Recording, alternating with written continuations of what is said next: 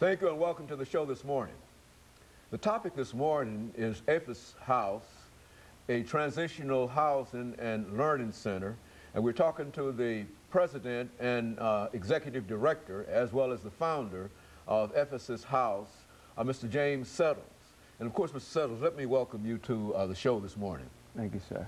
And to tell you how delighted we are, Mr. Settles, to have you, because one of the issues that we'd like to deal with this morning is the issue that we're having in terms of identifying individuals who need what you consider to be transitional housing. Correct. And becoming involved in various other learning kinds of experiences. Before we get into the organization that you have established and the facility in real sense that you've established, Mr. Settles, let's have you to give us some information about your background, your education, and some of the things that were important in helping to motivate you to establish such a facility, and give us sort of a report in terms of what you're doing now. Well, I'm originally from Memphis. Grew up in a pretty normal household, what I thought was pretty normal, and graduated from high school and started going to college. However, I think what happened with me is, you know how a lot of times our parents, they always want the best for us, and you know, and my parents always pushed college and things to me, but one of the things that happened is I began to make choices myself. And going to college, to me, it just took too long to succeed to me. So I made some bad choices, and what I mean by made some bad choices is I chose a shortcut to success, which was a road that led me to destruction. Even coming from a pretty good household, just made some choices that landed me in prison back in 1986. Went to prison, and one of the things that really dawned on me when I did go to prison is I really believed in my heart that I wasn't just so much of a bad guy or ignorant, so to speak, but it's just some about the choices that we make in this life that there's consequences to them. And so after going to prison, I stayed in prison actually over 8 years, and I always had this messed up mentality, and I believe a lot of it was because of the people that I kind of hung around. When I say that shortcut to success, a road to destruction, I felt like why should I work for some white folks when I can hustle and make money? But it didn't dawn on me that when you are thinking in a dysfunctional manner about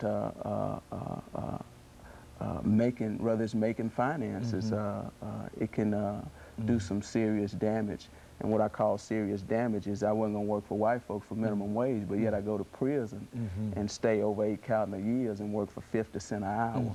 So, you know, in that respect, I was thankful today that I was able to put that behind me and go forward.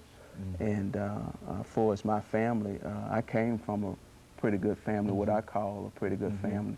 But one of the things that I believe happened even in our families is that you have to be properly taught how to really live a correct life. And what I mean by a correct life is you have to be taught good work ethics. You have to be taught even how to think properly, because those things just don't happen automatically. I think when I think about my parents, I know that my parents were like any other parents. They worked hard, 2 and 3 jobs, trying to give me a lot of stuff that they weren't able to enjoy when they were coming up, and I thank them for that. And I don't look back and say that because of the choices that I made that they were bad parents. They were good parents. They did what they knew how to do for me.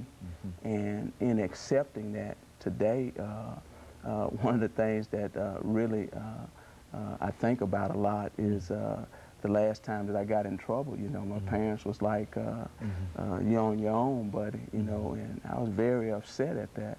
But, you know, that was really when I began to be responsible for myself. So I just think a lot of times families, they just raise us the only way that they know how.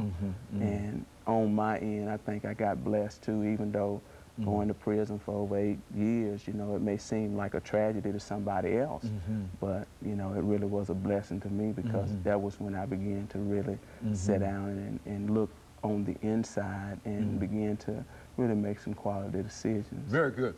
And of course, Mr. Settlers, let me take this first commercial break.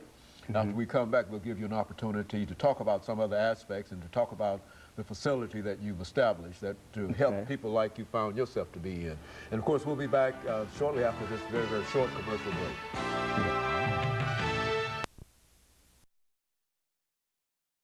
We're talking to Mr. James Settlers.